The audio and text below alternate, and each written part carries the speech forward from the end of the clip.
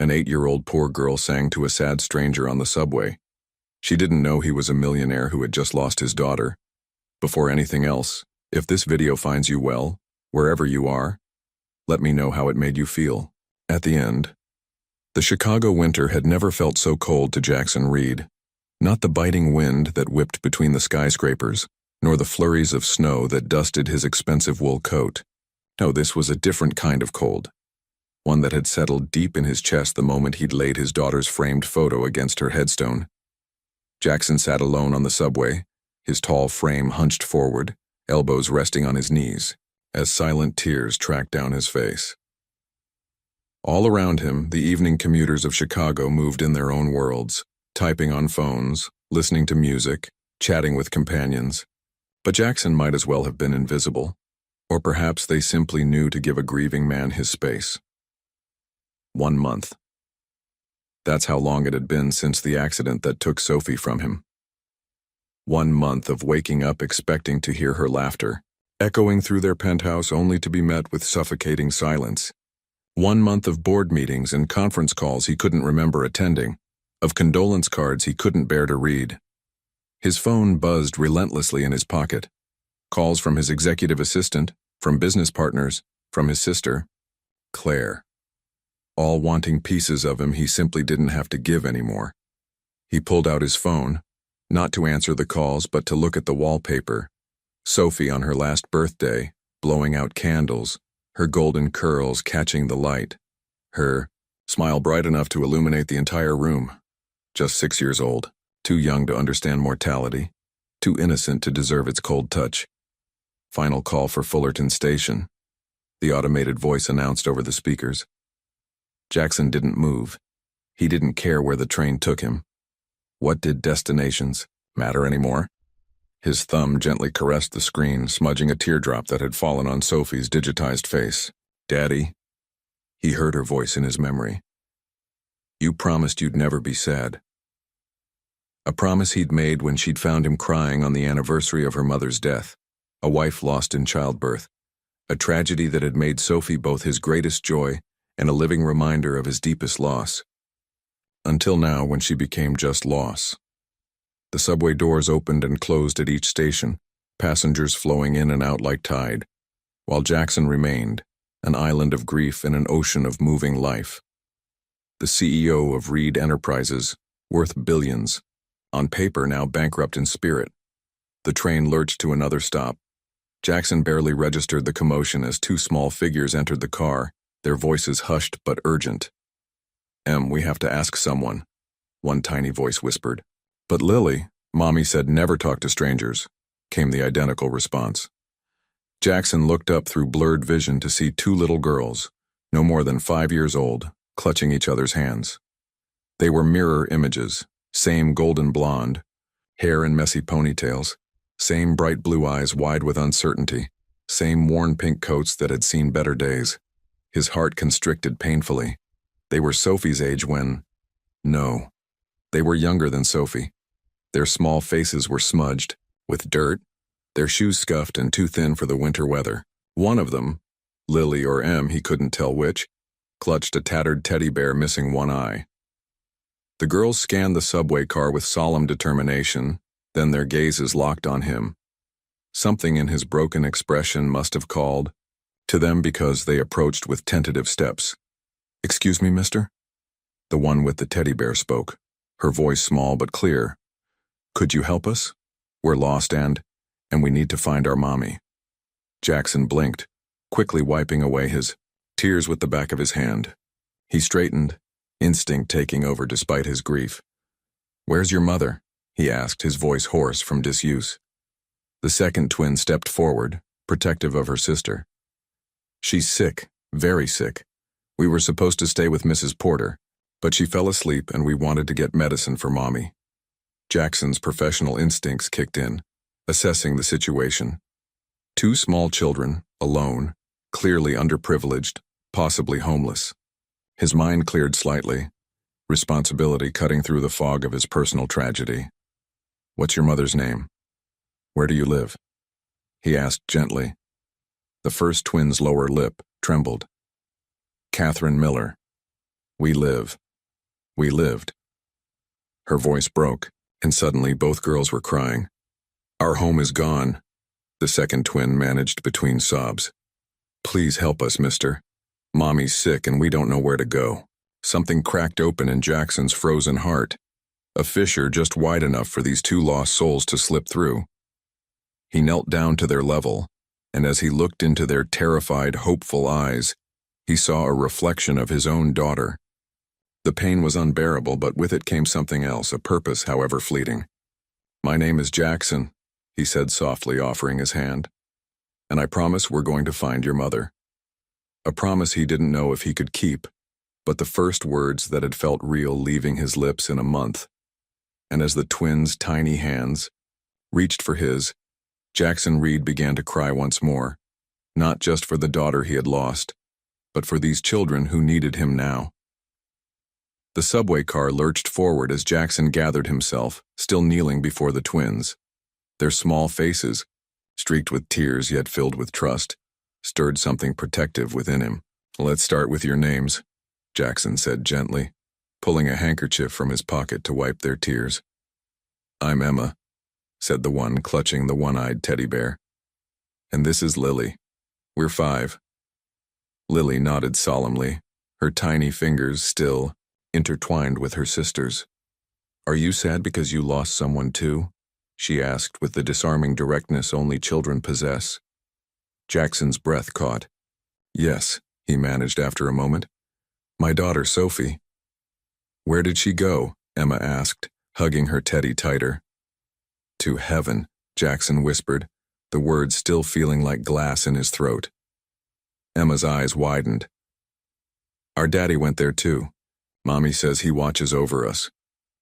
Jackson swallowed hard, fighting back a fresh wave of tears. He glanced around the nearly empty subway car, then back at the girls' thin coats and worn shoes. Decision made, he stood and offered his hands to them. Let's find your mother. Do you remember where you were staying before you got on the train? The twins exchanged uncertain glances. The shelter on Madison Street, Lily finally said. But Mommy got too sick and they said we couldn't stay anymore. Jackson's jaw tightened at the thought of a sick woman and her daughters being turned away. He checked his watch. Nearly 8 p.m. The temperature outside was dropping rapidly. When did you last eat? He asked, noticing how their small shoulders seemed to bend under invisible weight. Emma's stomach growled in response, and she blushed. Yesterday, maybe. Jackson guided them off at the next stop, his mind racing through options. The CEO in him, the part he'd neglected since Sophie's death, began strategizing. First, food, then shelter, then find Catherine Miller. At a small diner near the station, he watched as the twins devoured grilled cheese sandwiches and hot chocolate, their initial wariness melting away with each bite. The waitress shot curious glances at the unlikely trio, a man in a $1,000 coat with 2 clearly underprivileged children. My mommy's really smart, Lily said between bites. She was a teacher before she got sick. The best teacher, Emma added loyally. She reads us stories even when her voice gets too tired. As they ate, Jackson made calls, to homeless shelters, to hospitals. No Catherine Miller registered anywhere. The twins couldn't remember their last address, just that they'd moved a lot. When Emma yawned, her small face fighting exhaustion, Jackson made another decision. He called his driver, then his housekeeper, to prepare the guest room at his penthouse. Would you girls trust me to give you a safe place to sleep tonight? He asked. I promise we'll find your mother tomorrow. Lily looked at him skeptically, but Emma, perhaps sensing the genuine concern beneath his grief-worn exterior, nodded. You have kind eyes, she said simply. Like Mommy's. In the back of his sleek black car, the twins marveled at the leather seats and twinkling city lights. Their innocent wonder reminded Jackson painfully of Sophie, yet somehow it didn't pierce as sharply as before. There was something else mixing with the grief now, a strange, tentative purpose. As they drove through Chicago's gleaming financial district, Emma suddenly pressed her face against the window.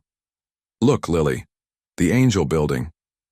Jackson followed, her gaze to the towering Reed Enterprises headquarters, its illuminated spire piercing the night sky. That's where I work, he said softly. Emma turned to him with wide eyes. You work with the angels? A small, genuine smile, the first in a month, tugged at Jackson's lips. No, but sometimes I think they work with me. When they arrived at his penthouse, the twins stood frozen in the marble foyer, clutching each other's hands. Is this a palace? Lily whispered. Jackson looked around at the cold opulence that had felt so empty since Sophie's death. Through their eyes, he saw it differently. Not as a mausoleum of memories, but as a sanctuary that could offer warmth and safety. It's just a house, he said, kneeling to their level again. But tonight, it's your house too.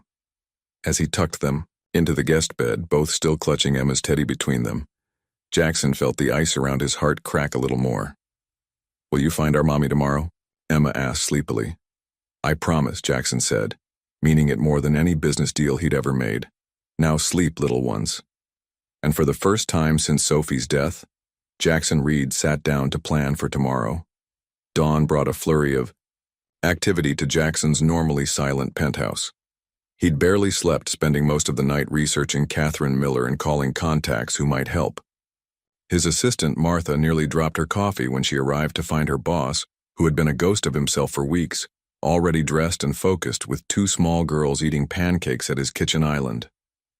Mr. Reed, she stammered. I didn't realize you had guests.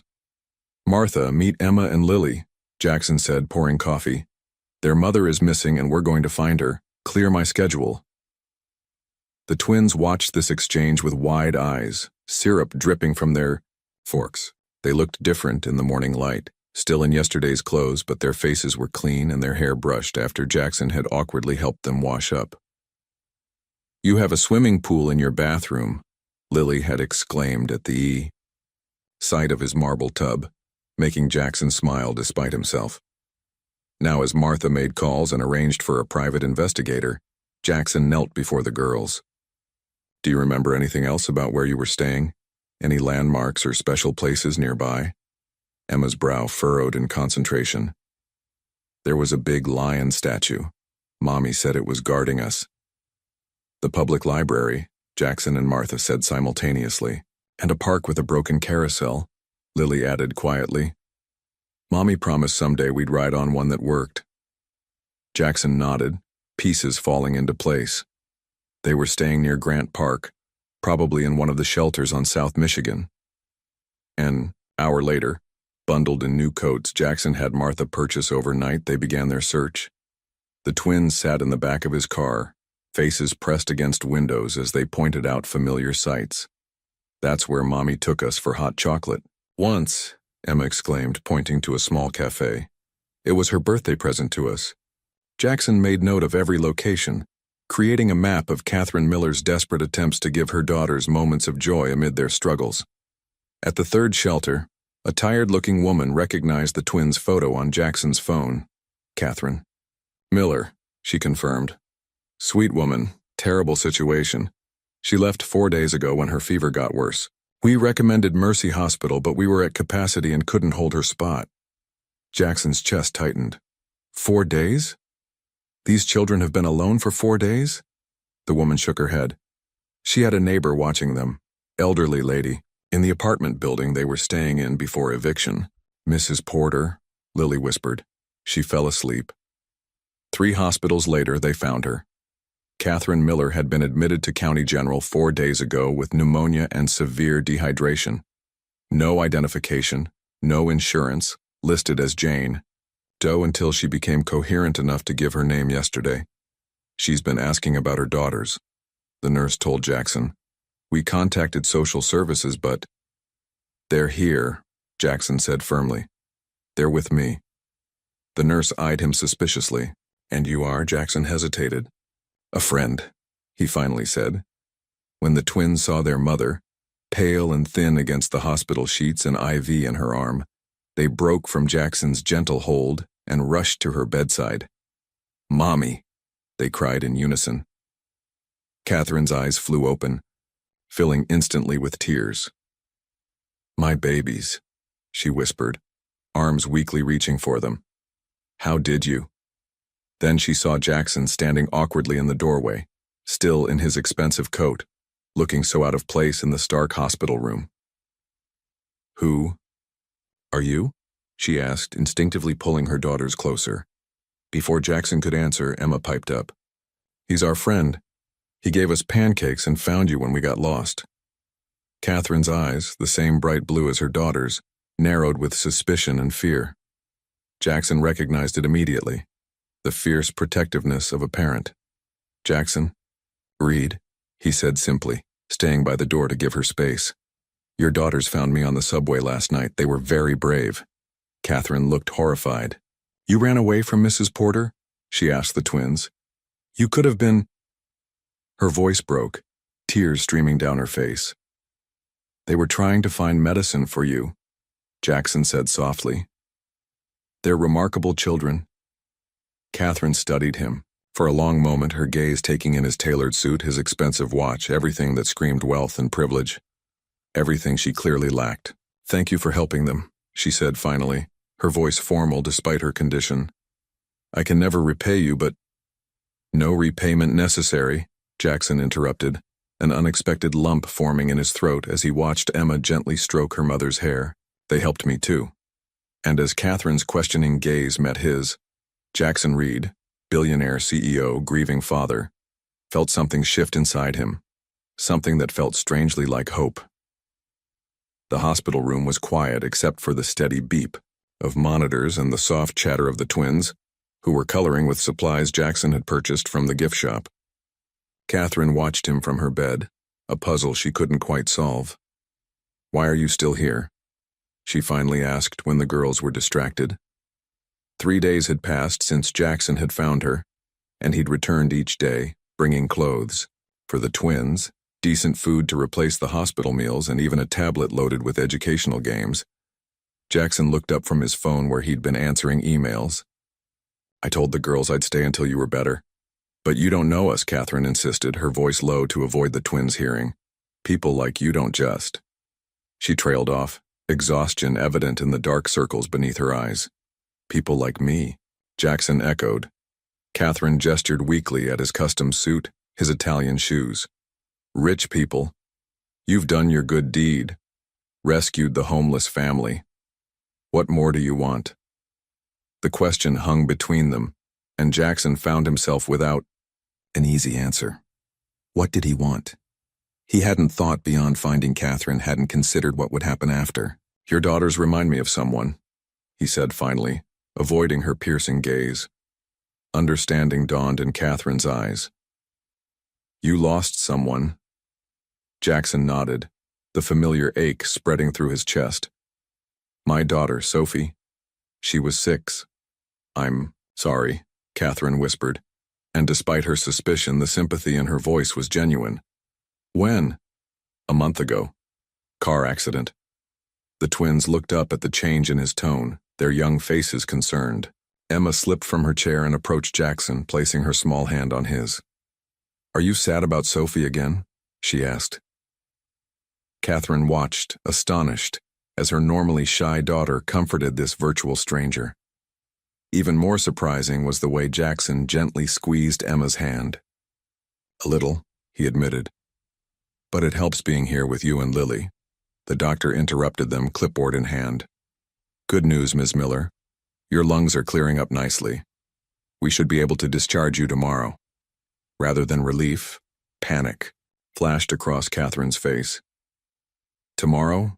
But I haven't found a place yet. The shelter is full.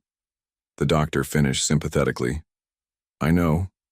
Social services is working on it, but with the current housing crisis. Jackson stood abruptly. She has a place to go. 3 pairs of eyes turned to him in surprise. Mr. Reed, Catherine began. I appreciate everything you've done, but we can't accept. I own a building in Lincoln Park, Jackson interrupted. It has a vacant apartment. It's yours until you get back on your feet. The doctor nodded approvingly, before leaving them to discuss the details. As soon as the door closed, Catherine's expression hardened. We're not your charity case, she said firmly. And I don't accept handouts from strangers, no matter how expensive their suits are. Jackson sat on the edge of her bed, surprising her with his directness. Before Sophie died, I was working 18-hour days building my company. I miss so much. His voice broke slightly. After she was gone, nothing mattered. I was just going through the motions. Then your daughters found me. Catherine's defenses wavered as she glanced at the twins, now back to their coloring. Emma and Lily gave me a reason to get out of bed these past few days. Jackson continued. So consider the apartment payment for therapy services rendered. P. Reluctant smile tugged at Catherine's lips. You're persistent, Mr. Reed. Jackson, he corrected. And yes, it's how I built a Fortune 500 company before 40. Catherine studied him for a long moment. What company? Reed Enterprises. Her eyes widened. The Reed Enterprises? The Angel Building? She glanced at her daughters, understanding.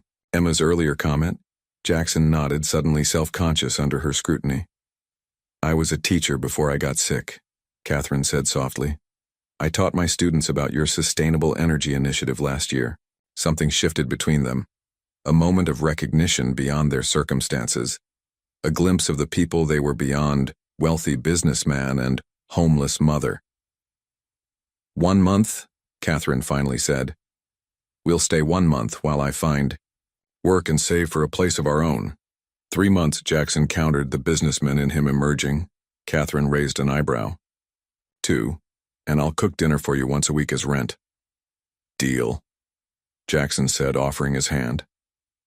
As they shook on it, Lily looked up from her coloring book. Does this mean we get to keep our new friend? Both adults turned to her, momentarily speechless, the innocent question laying bare the unexpected connection that had formed between these unlikely allies. Yes, Jackson answered before Catherine could. It does.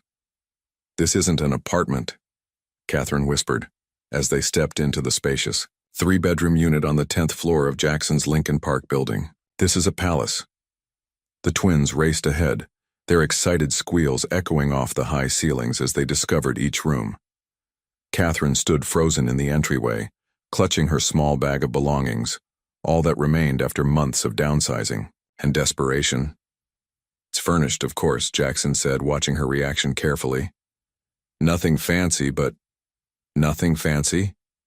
Catherine repeated, taking in the gleaming hardwood floors, the wall of windows overlooking the park, the modern furniture that probably cost more than she'd made in her last year of teaching. Jackson, this is... temporary, he reminded her gently. 2 months, remember? Catherine nodded, but the tightness in her throat remained. Pride had kept her going through her illness, through the evictions, through the nights in shelters when she'd told the twins they were on a grand adventure. Now that same pride made accepting this generosity almost physically painful. The kitchen is stocked, Jackson continued, leading her further inside. And there's a doorman downstairs if you need anything. Mommy, Lily called, running back to them. There are beds with purple blankets and books. So many books. Catherine's composure finally broke at the sight of her daughter's joy. Tears spilled down her cheeks. Tears she hadn't allowed herself since her diagnosis 2 years ago. Jackson discreetly stepped away, giving her a moment to collect herself. When she found him again, he was in the smaller bedroom, helping Emma arrange her tattered teddy bear on a shelf beside a row of new stuffed animals. You didn't have to do all this, Catherine said from the doorway. Jackson shrugged, his expression unreadable. I've had a lot of resources and nowhere meaningful to direct them lately. That evening, after the twins were tucked into their new beds, still marveling at having separate rooms for the first time in their lives, Catherine found Jackson on the balcony, staring at the city lights. Thank you, she said simply, joining him at the railing.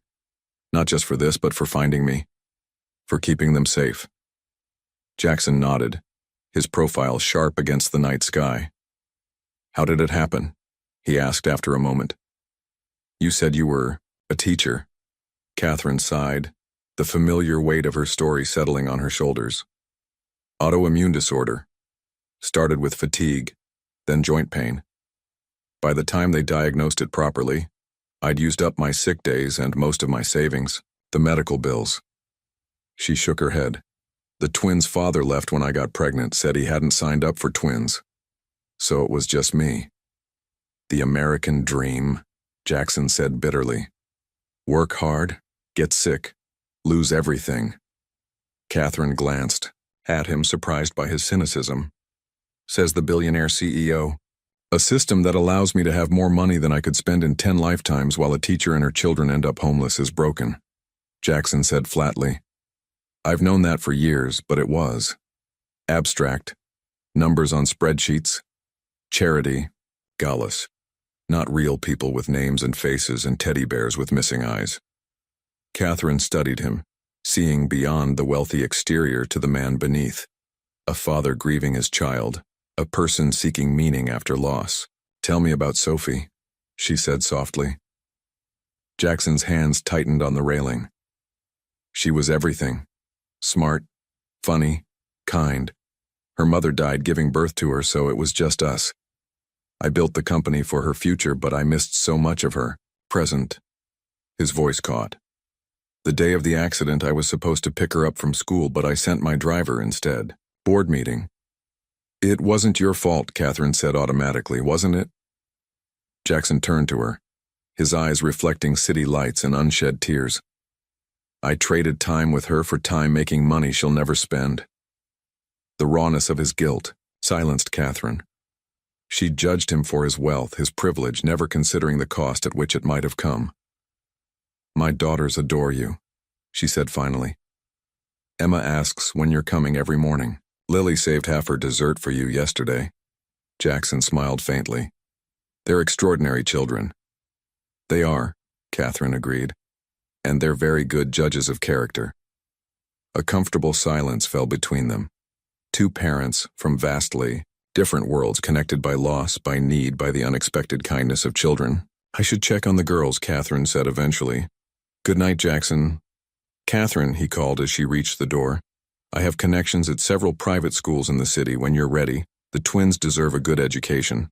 Instead of the rejection he expected, Catherine simply nodded. They do. And when I'm on my feet again, I'd like to teach. Perhaps you know someone who might hire a teacher with a 2-year employment gap? I might, Jackson replied, something like admiration in his eyes. For the first time in years, Catherine went to sleep planning for a future rather than just surviving the present. And for the first time since Sophie's death, Jackson thought about tomorrow with something other than dread. 2 weeks into their new living arrangement, routines began to form. Jackson visited every other evening, always bringing something small for the twins, books, art supplies, once a puzzle that they all worked on together at the dining table. Tonight was Catherine's turn to fulfill her part of their bargain. She'd prepared dinner, nothing fancy, just homemade lasagna and garlic bread, but the pride she felt seeing it laid out on the elegant dining table surprised her. Something smells amazing, Jackson said as he entered, hanging his coat on the rack that was quickly becoming his spot.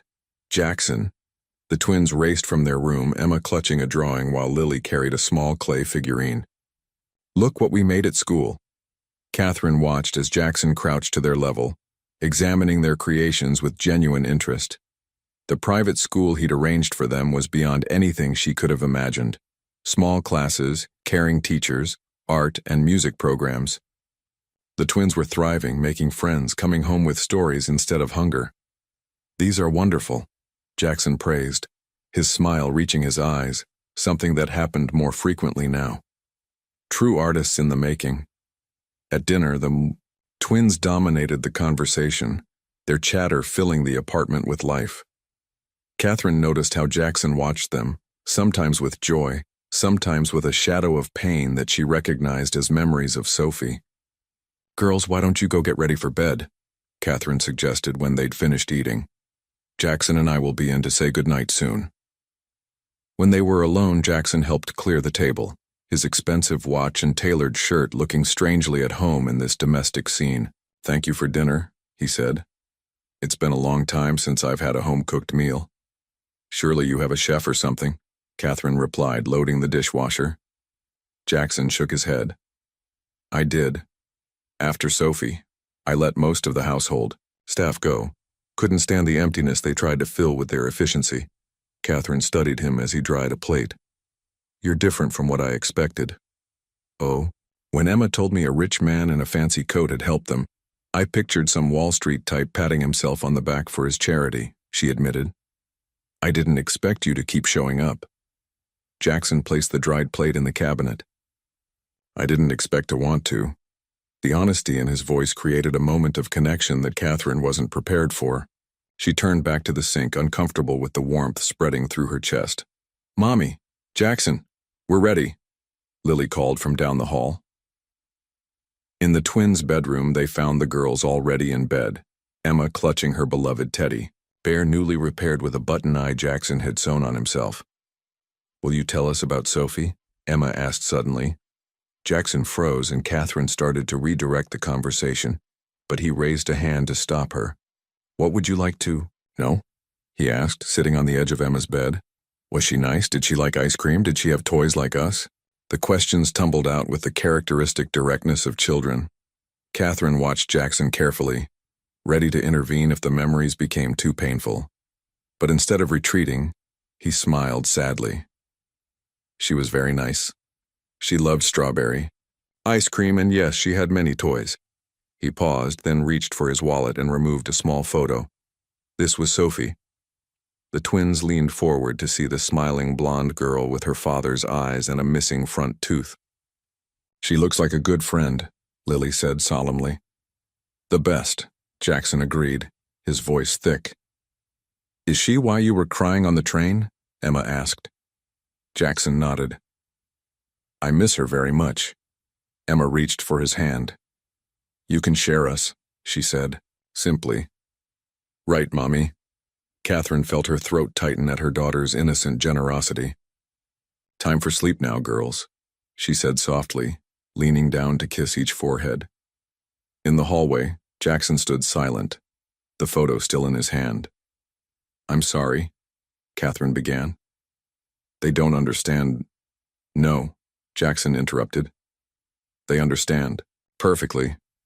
He carefully returned the photo to his wallet. Out of the mouths of babes, right? Catherine touched his arm gently. Stay for coffee? Something vulnerable and hopeful flickered in Jackson's eyes, a look that made Catherine both terrified and exhilarated. I'd like that, he said.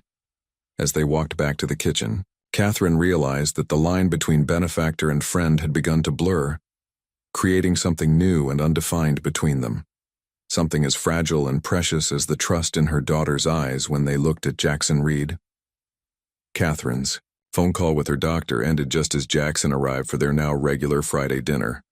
One look at her face told him something was wrong.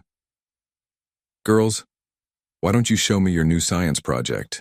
He suggested, giving Catherine a moment to compose herself. Emma and Lily eagerly led him to their room, chattering about volcanoes and baking soda. When Catherine joined them 15 minutes later, her smile was back in place, but Jackson could see the strain behind it. Throughout dinner, she maintained the facade, laughing at the twins' jokes and asking Jackson about his day.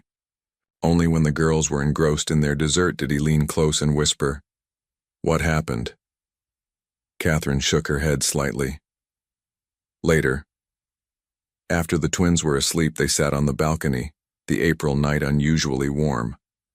Catherine stared at her tea, the steam rising between them like the words she couldn't bring herself to say. My test results came back, she finally said. The treatment isn't working as well as they hoped. They want to try something more aggressive. Jackson set down his coffee. What does that mean? More hospital stays, stronger side effects. She looked up, her eyes shining with unshed tears. Higher costs. Catherine, money isn't. Don't, she interrupted. Please don't say it isn't an issue. You've already done too much. Jackson leaned forward. You can't put a price on what you and the girls have given me these past weeks. Friendship isn't a transaction, Jackson, Catherine said, her voice harder than he'd ever heard it. And I won't have my daughters thinking their company is something to be traded for security. The words stung, but Jackson recognized the fear beneath them. That's not what I meant, I just want to help. I know, Catherine sighed. But I need to handle this myself. For my own dignity, if nothing else. Jackson respected her too much to argue, but the businessman in him was already formulating a plan. The next morning, Catherine was surprised to find Martha waiting in the lobby when she returned from dropping the twins at school. "Ms. Miller," Jackson's assistant greeted her. "Mr. Reed asked me to deliver this." She handed Catherine an envelope. He also mentioned that Reed Enterprises is looking for an education consultant for our STEM outreach program. The position includes full benefits and flexible hours. If you're interested, I have the details. Catherine stared at the envelope, then at Martha's carefully neutral expression. "He's offering me a job?" "The position exists, Ms. Miller, and based on your background, you're qualified." Martha's professional demeanor softened slightly. "For what it's worth, he was up all night researching how to create a position that would actually utilize your skills rather than just be charity." Inside the apartment, Catherine opened the envelope to find information about a clinical trial for her condition at Chicago Memorial, one of the best hospitals in the country. A handwritten note from Jackson read simply, "This isn't charity, it's investment in my friend's future." Before she could process this, her phone rang with an unknown number. "Ms. Miller? This is Principal Davis from Lakeside Academy. I'm calling about Lily." Catherine's heart dropped. "Is she all right?" "Physically, yes. But there's been an incident. We need you to come in right away." At the school, Catherine found Lily sitting outside the principal's office, tears streaking her face. Emma sat beside her, holding her twin's hand. "What happened?" Catherine asked, kneeling before them. "Tyler said we were charity cases," Lily whispered. "He said we only got in because a rich man felt sorry for us." "I told him to shut up," Emma added fiercely. But Lily pushed him and he fell. Principal Davis appeared in the doorway. "Ms. Miller, if we could speak privately." Inside the office, the principal explained the situation. "Tyler's parents are upset. They're threatening to press the issue with the board." "He was bullying my daughters," Catherine replied, anger replacing her initial shock. "I understand," Principal Davis said sympathetically, "but the Bradleys are major donors, and given the unusual circumstances of the twins' enrollment." Catherine understood immediately. "You mean because Jackson Reed is paying their tuition?" The principal had the grace to look embarrassed. "It puts the school in a difficult position. So does discriminating against children because of their background," Catherine countered, years of teaching experience giving her confidence. "I wonder if Mr. Reed would be interested to hear how his generous donation is being managed." The mention of Jackson's name worked exactly as she'd hoped. Principal Davis backpedaled quickly, assuring her that Lily would receive only a warning, while Tyler would be spoken to about his behavior. As they left the school, Catherine texted Jackson, "Need to talk. Not about the job or the trial. Something else." His reply came immediately, "On my way." Catherine looked at her daughters, their small faces troubled by their first encounter with class prejudice. The fragile new world they were building was facing its first real test, and Catherine realized that regardless of her pride, she needed Jackson, not just his resources, but his presence, his support, his place in their lives, and that terrified her more than any medical diagnosis. Jackson arrived at the apartment to find Catherine pacing the living room while the twins built a fort from couch cushions, their usual remedy for tough days. "What happened?" he asked, immediately concerned by the tension in Catherine's shoulders. She led him to the kitchen out of the girl's earshot and told him about the incident at school. With each word, Jackson's expression darkened. "I'll have a word with Bradley," he said when she finished. "We sit on a charity board together." "That's exactly what I don't want," Catherine replied firmly.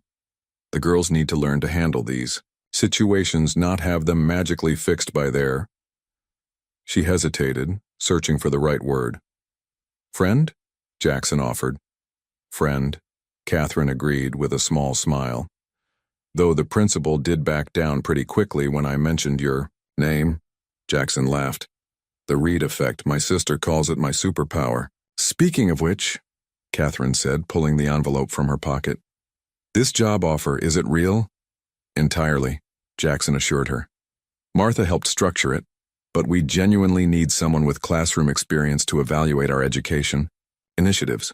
The company donates millions to STEM programs, but we've never had an actual teacher assess their effectiveness. Catherine studied his face, looking for signs of deception or pity. And the clinical trial? I made one phone call, Jackson admitted. Just to get you on the list for consideration. The rest is up to your doctors and the trial coordinators. For a moment, Catherine was silent, weighing her pride against practicality. Finally, she nodded. I'll interview for the job and talk to my doctor about the trial. Relief washed over Jackson's face. Thank you for letting me help. Their moment was interrupted by a crash from the living room, followed by Emma's cry. They rushed in to find her clutching her arm. The fort collapsed around her. I fell, she sobbed as Catherine knelt beside her.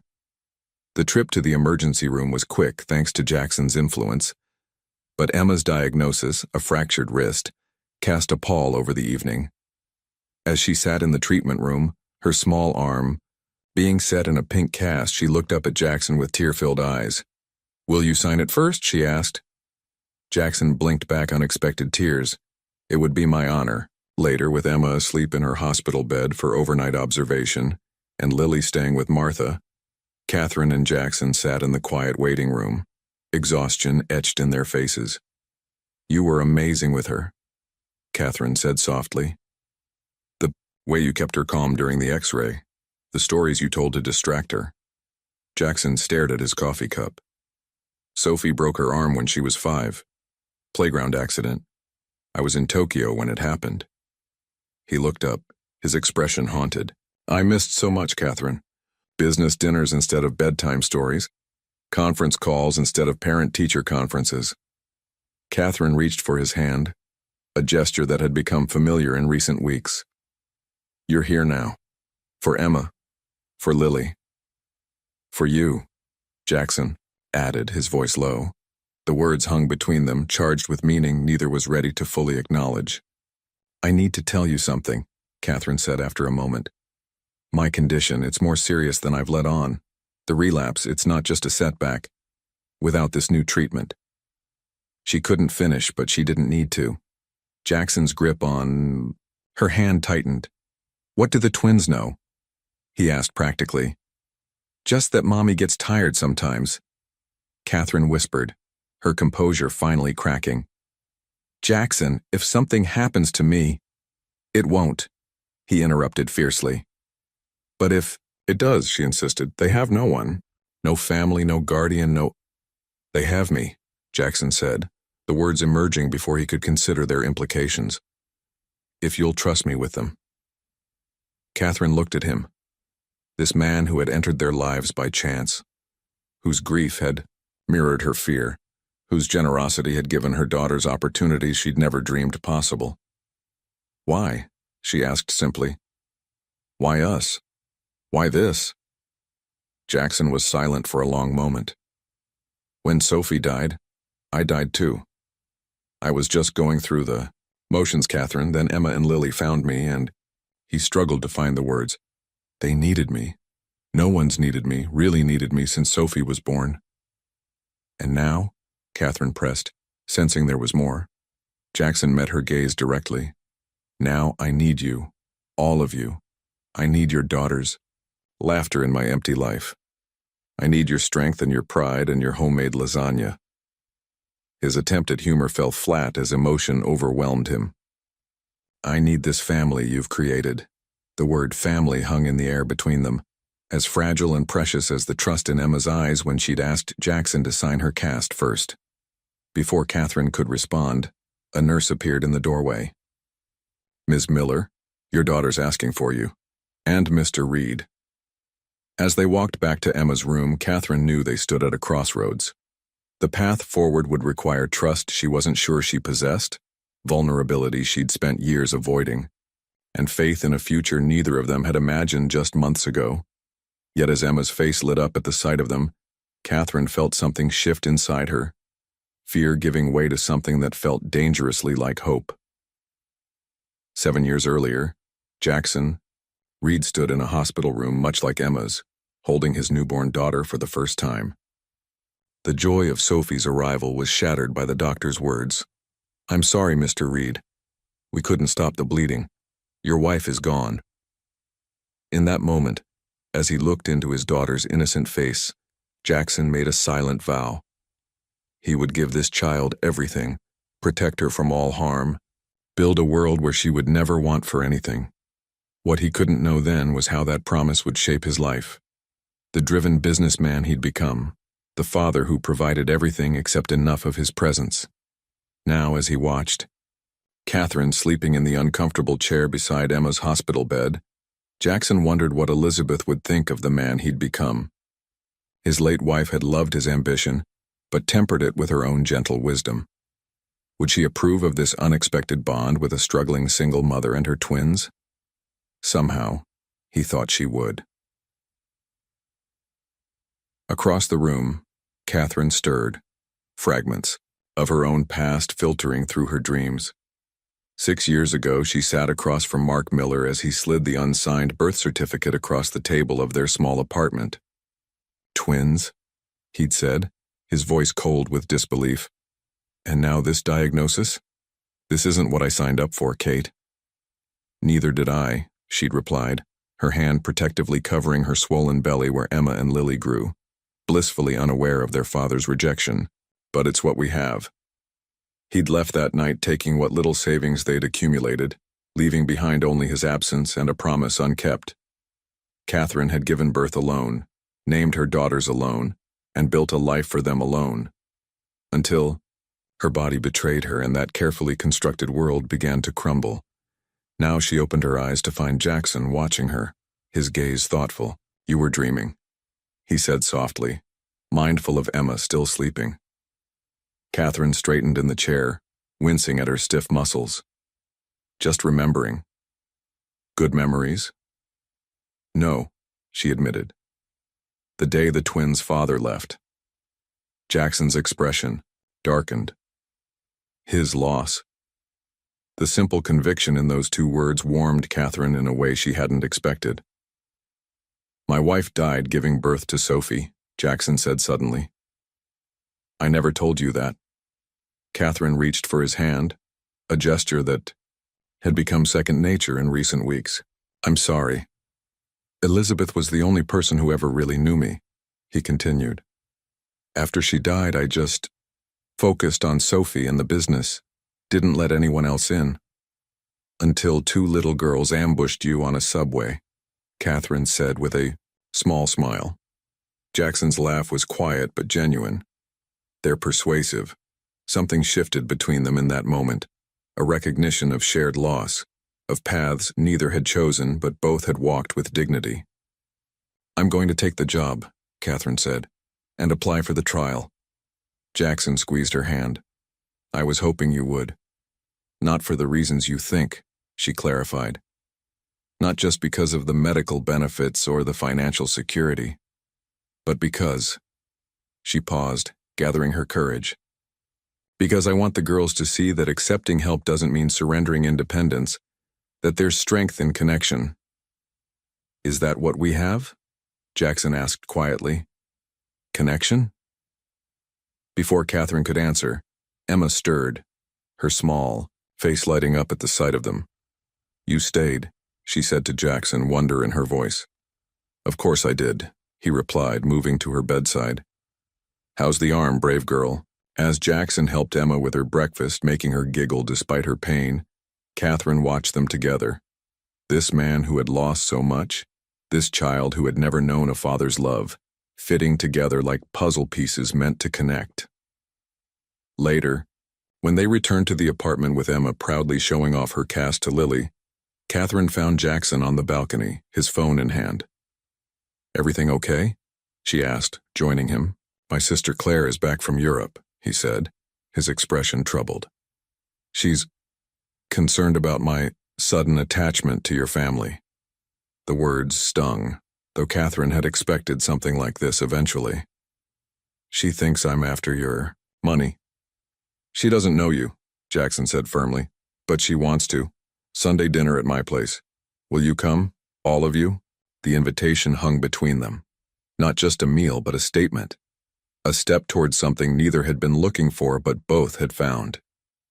Yes, Catherine said simply, understanding the weight of her acceptance. We'll come.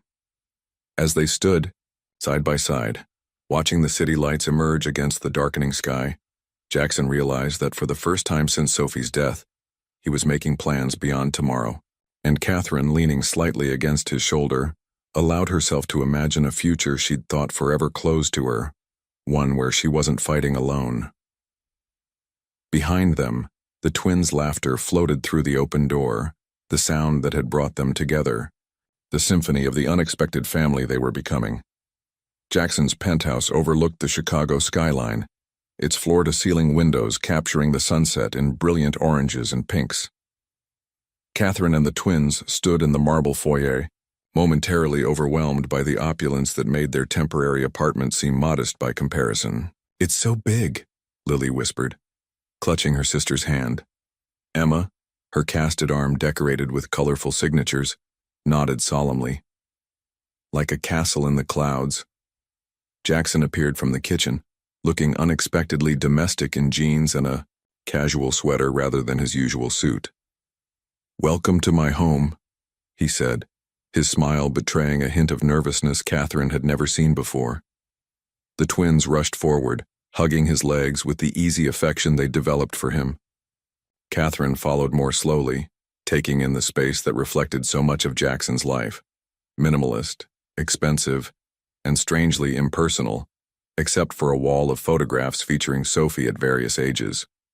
"Your sister isn't here yet?" Catherine asked, smoothing her dress, a simple blue one she'd purchased with her first advance from the Reed Enterprises job. "Claire is pathologically early for everything except social engagements," Jackson explained, leading them to the living room. "She'll be exactly 7 minutes late. It's her power move." True to his prediction, the elevator chimed precisely 7 minutes after the invited time. Claire Reed swept into the penthouse like a cool breeze, tall, blonde, and immaculately styled in a way that made Catherine instantly aware of her department store dress and simple makeup. "Jackie," Claire air-kissed her brother's cheeks before turning her appraising gaze on Catherine and the twins. Jackson made the introductions, his hand instinctively finding the small of Catherine's back in a gesture of support that didn't escape his sister's notice. "So these are your subway saviors," Claire said, her tone light but her eyes sharp. "Jackson's told me so much about you." "All good things, I hope," Catherine replied, meeting the other woman's gaze steadily. Dinner began with polite conversation, Claire's, travels, Catherine's new position at Reed Enterprises, the twins' school adventures. The girls were on their best behavior, using the manners Catherine had drilled into them despite their years of hardship. "Emma, Lily," Claire said suddenly, "would you like to see pictures of Jackson when he was your age? I have an album in my purse." As the twins eagerly followed Claire to the couch, Jackson leaned close to Catherine. "I'm sorry, she's in full investigation mode." "It's okay," Catherine assured him. "She loves you. She's protecting you." Across the room, they could hear Claire questioning the twins. "So, you like living in my brother's building? And going to that fancy school?" "We love it," Emma said, enthusiastically. "Jackson taught me to play chess, and I'm learning the piano at school." "And do you miss your old home?" Claire pressed gently. Lily's face clouded. "Sometimes. But Mommy isn't sick as much here, and we have our own beds." "And Jackson makes Mommy smile," Emma added innocently. She didn't smile a lot before. Catherine felt heat rise to her cheeks as Jackson's hand found hers under the table. When the twins were distracted by dessert, an elaborate chocolate creation Jackson's chef had prepared, Claire cornered Catherine in the kitchen. "My brother's been through hell," she said without preamble. "Sophie was everything to him." "I know," Catherine replied calmly. "He's vulnerable," Claire continued, "and generous to a fault." Her implication hung in the air between them. Catherine set down her coffee cup carefully. "Mrs. Porter, the elderly lady who was watching my girls when they ran away, she used to say that people see in others what exists in themselves." She met Claire's gaze directly. If you're looking for an opportunist, you'll find one. If you're looking for someone who cares about your brother beyond his bank account, you might find that too. Claire studied her for a long moment before her expression softened slightly. He's different with you, more like his old self. He's healing. Catherine said, we all are. Back in the dining room, they found Jackson sitting between the twins, helping them build a tower from dessert spoons that collapsed in a clatter of silver and giggles. Catherine couldn't remember seeing him so relaxed, so present. As the evening wound down, Claire pulled her brother aside while Catherine helped the twins with their coats. She's not what I expected, Claire admitted. What did you expect? Jackson asked. Claire shrugged elegantly. Someone less? Formidable? She glanced at Catherine, who was patiently tying Lily's shoes. The background check showed nothing concerning, by the way. Jackson's expression hardened. You had her investigated? Of course I did, Claire replied unapologetically. Someone needed to be practical while you were having your midlife crisis or spiritual awakening or whatever this is. It's called living again, Jackson said simply. Something in his tone made Claire look at him, really look at him, for the first time since her return. You're in love with her, she said, not a question but a realization. Jackson watched Catherine with the twins, her gentle efficiency, her quiet strength, the smile that reached her eyes when Emma said something that made her laugh. Yes, he said, finally the admission as much to himself as to his sister. I think I am. Claire sighed dramatically, but there was affection beneath her exasperation. Well, at least she makes good coffee, and those little girls are. She paused, searching for the right word. Family, Jackson finished for her. They're family, Claire. As they said their goodbyes, Claire hugged Catherine, a brief but genuine embrace that spoke volumes. Take care of him, she whispered. He needs it more than he knows. In the elevator down to their apartment, Emma leaned sleepily against Jackson's side. I like your sister, she mumbled. She showed us baby pictures. Did she now? Jackson replied, his arm automatically wrapping around the child's shoulders. Catherine watched them together, then caught Jackson's gaze over Emma's head. The look they shared contained a universe of unspoken feelings, gratitude, fear, hope, and something deeper that neither was ready to name but both had begun to recognize. Family, Jackson had called them. And for the first time in years, Catherine allowed herself to believe it might be true. Catherine's first month at Reed Enterprises had gone better than she'd dared hope. Her role evaluating the company's education initiatives utilized her teaching experience while accommodating her health needs. The flexible hours allowed her to be there for the twins, and the salary was more than generous. Too generous, according to the whispers that followed her through the gleaming hallways of Reed Tower. Morning. Ms. Miller, her assistant Greg said as Catherine arrived at her office. The education committee reports are on your desk and... He hesitated, lowering his voice. Just a heads up. There's been some talk. Catherine set down her bag. What kind of talk? Greg looked uncomfortable. About you and Mr. Reed, people wondering if your relationship is why you got this position.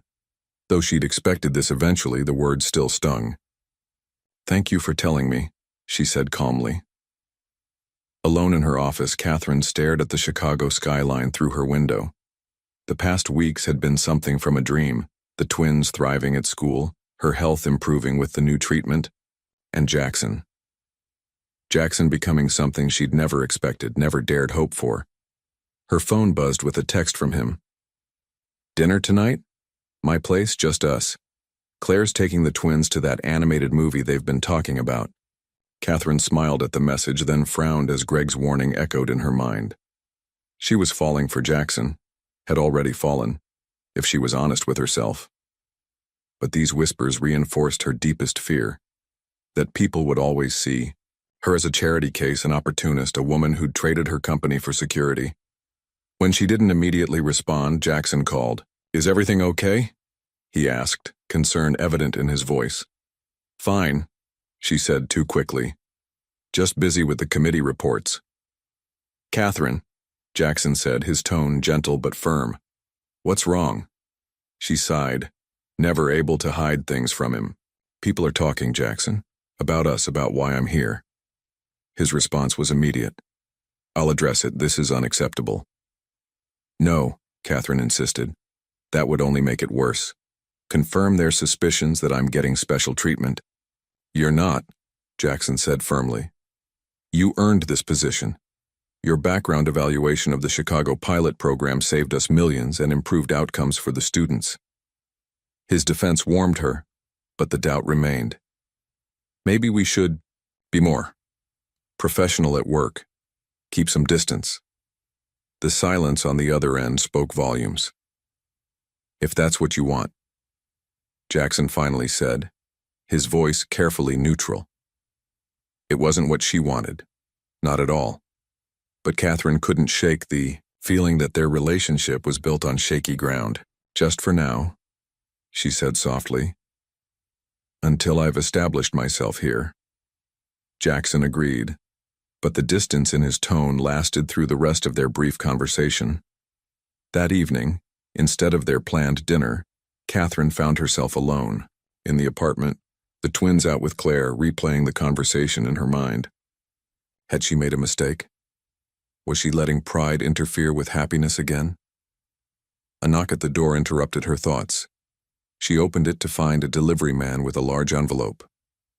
Catherine Miller, he confirmed, handing her the package. Inside was a manila folder containing photographs. Jackson entering her apartment building late at night, the two of them on the balcony together, Jackson with the twins at the park.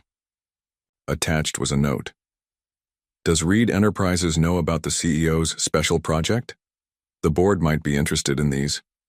Catherine's hands shook as she flipped through the photos. They were innocent moments, but presented this way, they seemed calculated and secretive. She immediately called Jackson, but it went to voicemail. Next, she tried Claire, who answered on the second ring.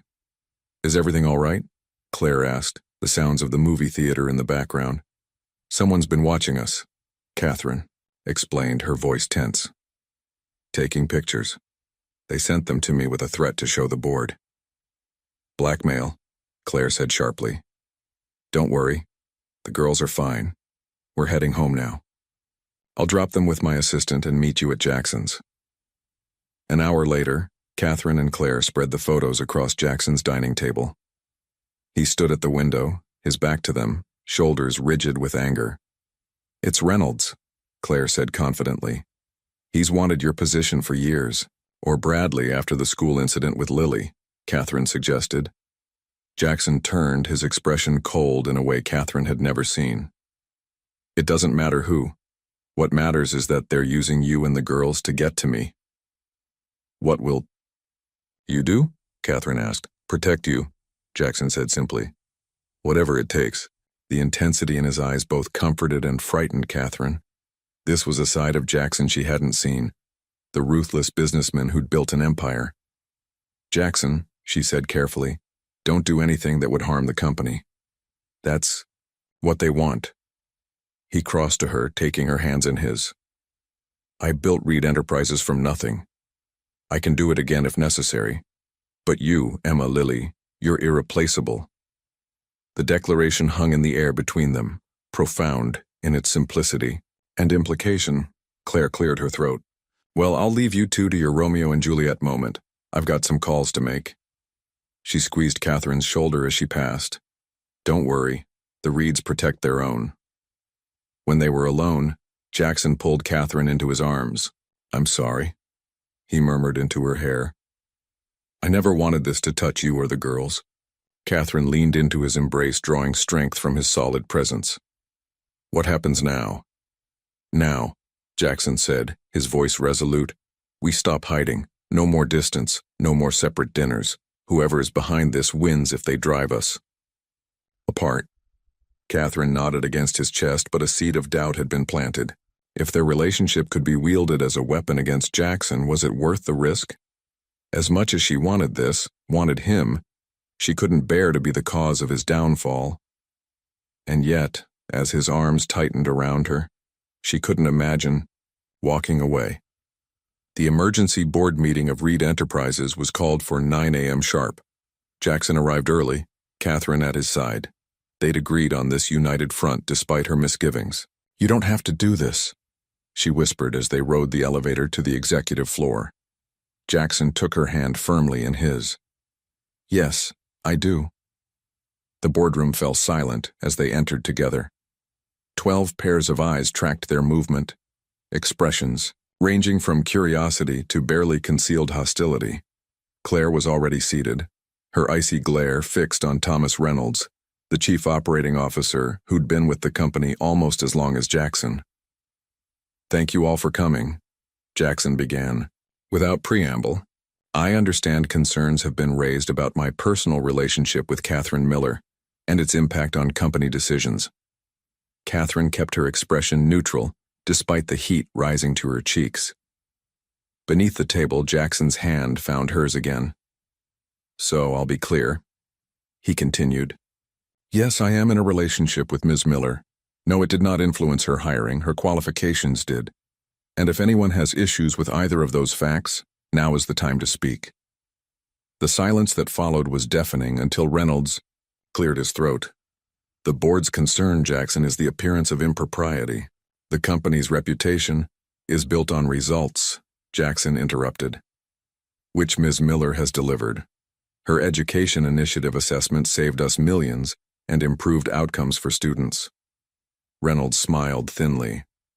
"No one questions her competence. But surely you understand how this looks, especially given her background." Catherine felt Jackson tense beside her. "Her background as an award-winning teacher? Or are you referring to something else, Tom?" The implication hung heavy in the air. "All I'm saying," Reynolds continued smoothly, "is that the anonymous photos sent to board members raise questions about judgment and transparency." So it had gone further than they thought. Catherine fought to maintain her composure as Reynolds revealed that all board members had received the photos, along with detailed accounts of the twins' enrollment at Lakeside Academy and Catherine's medical treatments at Chicago Memorial. "I move that we place Ms. Miller on administrative leave while an independent committee reviews her hiring and role," Reynolds concluded. Before Jackson could respond, Catherine stood. "That won't be necessary. I resign, effective immediately." "Catherine." "No," Jackson began, but she cut him off with a look. "My work speaks for itself," she told the board calmly.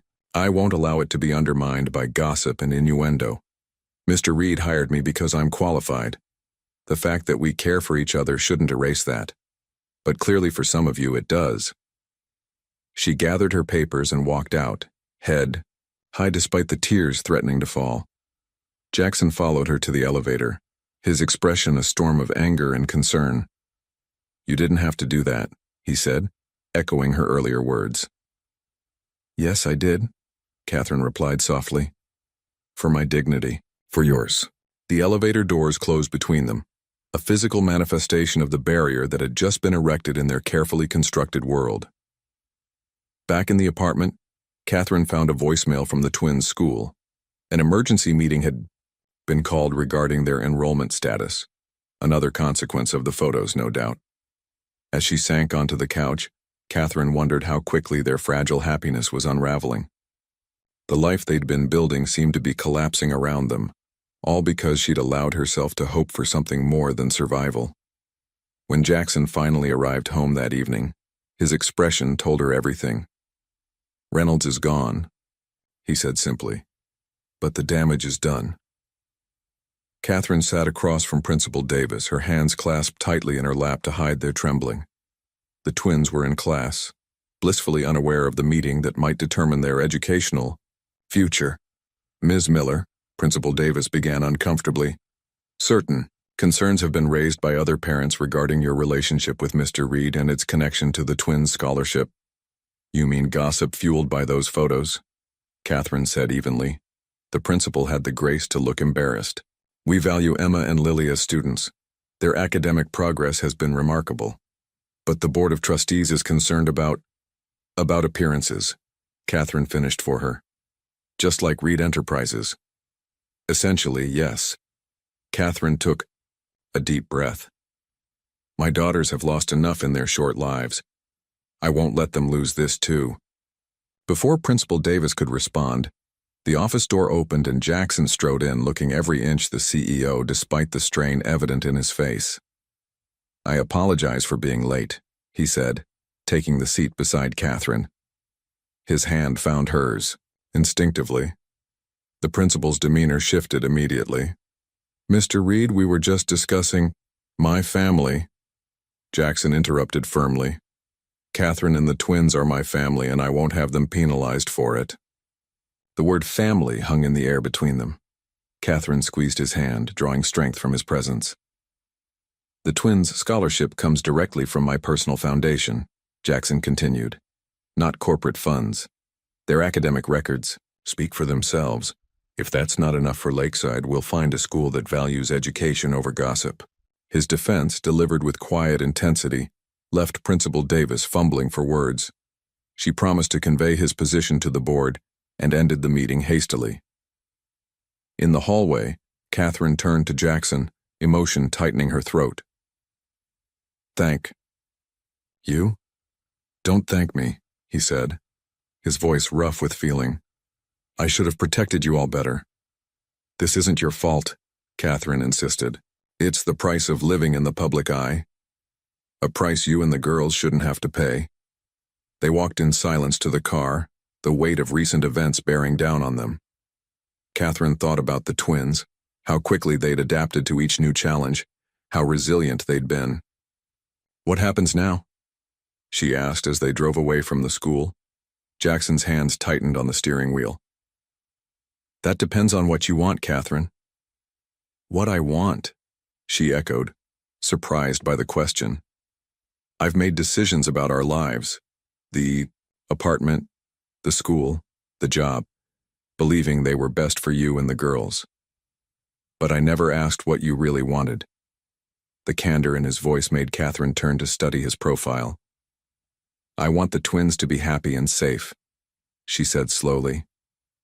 I want my health to stabilize so I can be there for them. And I want, she hesitated, the words catching in her throat. Tell me, Jackson urged softly. I want not to be afraid anymore, Catherine admitted, of being sick, of being homeless, of caring about you. Jackson pulled the car over and turned, to face her fully. I'm afraid too, he confessed. Afraid of losing you all like I lost Sophie. Afraid you'll see me only as a safety net, not as a man who... Who what? Catherine whispered. Who loves you? Jackson said simply. Who loves Emma and Lily?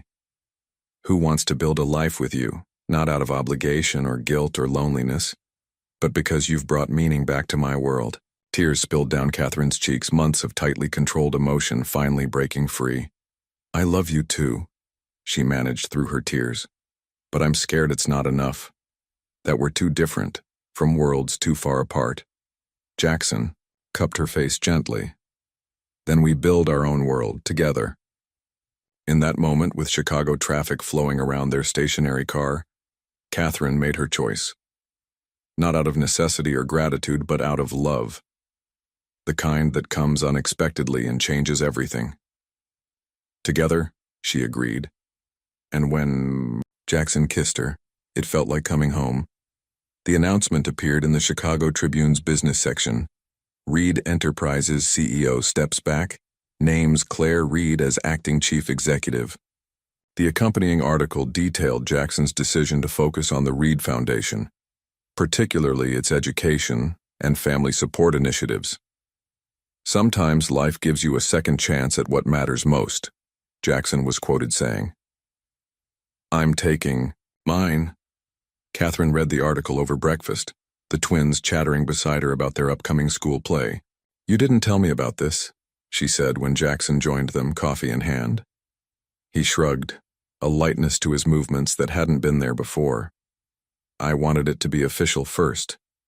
But the company, it's your life's work, Catherine said, still processing the implications. It was, Jackson corrected gently. Now it's just work. Important work, but not everything. He glanced meaningfully at the twins, then back to Catherine. Not anymore. 2 months had passed since their confrontation with the school and the board. 2 months of rebuilding and redefining their relationship on their own terms. Jackson had moved the twins to a progressive private school where their scholarship raised no eyebrows. Catherine's health had stabilized with the new treatment, allowing her to accept a part-time teaching position at the twins' school. And though they still maintained separate residences, Catherine's pride requiring this last vestige of independence, they functioned increasingly as a family unit. "I have something for you," Jackson said, sliding a small box across the table after the twins left for the school bus. Catherine opened it to find a delicate silver key. "What's this?" "The lake house," Jackson explained. "I thought we could go there this weekend, all of us." The Reed family lake house in Michigan was legendary, a sprawling estate where generations of Reeds had summered. Jackson hadn't visited since Sophie's death, "Are you sure?" Catherine asked, understanding the significance. Jackson nodded. "It's time to make new memories there." That weekend, as the twins explored the lakefront property with childish delight, Jackson led Catherine to a quiet spot overlooking the water. "I brought Sophie here every summer," he said, his voice soft with memory. "She loved the water, would spend all day swimming if I let her." Catherine slipped her hand into his. "Thank you for sharing this with us." "I want to share everything with you," Jackson replied, turning to face her fully. "My past, my present, my future." The weight of his words hung between them, heavy with implication. "Jackson," Catherine began, but he gently interrupted. "I'm not proposing. Not yet." His smile was tender. "I know you're not ready, but I want you to know that when you are, I'll be here. No rush, no pressure." Catherine's heart swelled with emotion. This man who had everything had given her the most precious gift of all, time and space to heal, to grow, to choose. That evening, they built a bonfire on the beach. As the twins roasted marshmallows, squealing with delight when they caught fire, Jackson wrapped an arm around Catherine's shoulders. "I have something else for you," he said, handing her an envelope. Inside, Catherine found legal documents, a trust established for Emma and Lily, providing for their education through college, and a deed to the apartment they'd been living in, transferred to Catherine's name. "I can't accept this," she said immediately, her old pride flaring. "It's not a gift," Jackson clarified. "It's security for the girls, regardless of what happens between us. If you accept me, accept this too, not as charity, but as my commitment to their future." Catherine looked at her daughters, their faces glowing in the firelight, then back to the man who had changed their lives in ways she was only beginning to understand. "Okay," she said simply, letting go of the last of her resistance. As darkness fell, Emma spontaneously began to sing, the same song she'd once sung to a crying stranger on a subway train. Lily joined in, their sweet voices harmonizing in the night air. "You Are My Sunshine" had never sounded more poignant, more perfect, as it drifted across the peaceful lake, a melody of hope, of family found in the most unexpected of places, of love that heals even the deepest wounds. 1 year later, Jackson stood in the crowded auditorium of Westlake Academy, shifting nervously from foot to foot. Beside him, Catherine squeezed his hand reassuringly, her smile radiant in the warm June light filtering through the windows. "They'll be wonderful," she whispered as the elementary school choir assembled on stage. Jackson nodded, his eyes fixed on the 2 small blonde heads in the front row, Emma and Lily, dressed in matching blue dresses, their faces solemn with concentration, as the music teacher raised her baton. The past year had brought changes none of them could have imagined that fateful night on the subway. The Reed Foundation's new initiative, providing integrated medical care and housing for families with health challenges, had launched to national acclaim. Catherine had returned to full-time teaching, her condition in remission thanks to the clinical trial. The twins had blossomed at their new school, their natural intelligence nurtured by teachers who saw beyond their humble beginnings, and Jackson. Jackson had found purpose beyond business success, joy beyond grief, love beyond loss. The choir began to sing, their young voices rising in harmony. When the solo section began, Emma stepped forward, her confidence evident as she sang the opening verse of "You Are My Sunshine." Lily joined for the chorus, the twins' voices blending perfectly. Tears pricked Jackson's eyes as he watched them shine. Catherine's head came to rest on his shoulder, her presence a steady comfort beside him. "They're amazing," he whispered. "They are," Catherine agreed. "Sophie would be proud of you, you know." The mention of his daughter no longer brought sharp pain, just a bittersweet ache, a reminder of what had been and what might have been. "I think she would," Jackson said softly. "She always wanted siblings." After the performance, as proud parents milled around congratulating their children, Claire arrived with an armful of flowers for the twins. "Sorry I'm late," she said, embracing her brother. "Board meeting ran long." She handed Catherine a small box. "For you. Open it later." Catherine tucked it into her purse with a curious smile. Claire's initial skepticism had evolved into genuine affection over the months, the two women finding common ground in their love for Jackson and the twins. That evening, after a celebration dinner and tucking the excited twins into bed, Catherine and Jackson retreated to the balcony of what was now truly their home, a penthouse they'd selected together, decorated with children's artwork alongside elegant furnishings, a place that reflected their blended lives. "Claire's gift," Jackson reminded her as they settled into the comfortable chairs. Catherine opened the small box to find a vintage silver key on a delicate chain. "It was our grandmother's," Jackson explained, "given to each Reed bride for generations." He took her hand. "Claire's way of saying she's ready when we are." Catherine's eyes shimmered with emotion. "I'm ready," she said simply. Jackson blinked in surprise. "You are?" She nodded, a year of healing and growth evident in her serene smile. The twins asked me last week if you were going to be their dad forever. I realized I didn't have a good reason to say no anymore. Jackson knelt before her chair, taking both her hands in his. "Catherine Miller, will you marry me? Will you and the girls make me the happiest man in Chicago?" "Yes," she answered without hesitation. "Yes to all of it." As they sealed their promise with a kiss, the sound of small feet padded across the living room. Emma and Lily appeared in the doorway, teddy bear in tow, somehow sensing the momentous occasion. "Did you ask her?" Emma inquired solemnly. Jackson laughed, not at all surprised the twins were in on the secret. "I did." She said yes. The girls rushed forward, throwing themselves into the embrace, their joy pure and uncomplicated. Looking at their small family circle, formed by chance, strengthened by choice, bound by love, Jackson thought of that dark night on the subway when he'd been drowning in grief.